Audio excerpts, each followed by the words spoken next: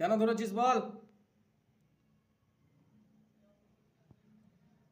হ্যাঁ, কেন ধরেছিস? কে পাঠিয়েছে? কে পাঠিয়েছে? আমার বাবা আমাকে বের করে দিয়েছে, আমি আসছি। তো তোর বাবা বার করেছে, তো তুই এর বাপের ঘরে কেন আসবি? তোর বাপের ঘর নাই? এই মানুষ না?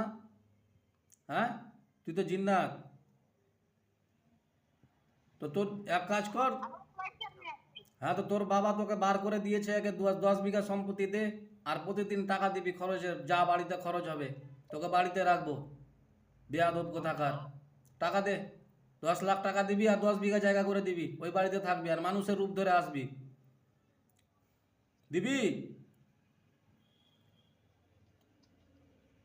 কি বলে? কিছুই বলছে না। কিছু বলছি না তো মেরে ফেলে দেবো। আর কতজন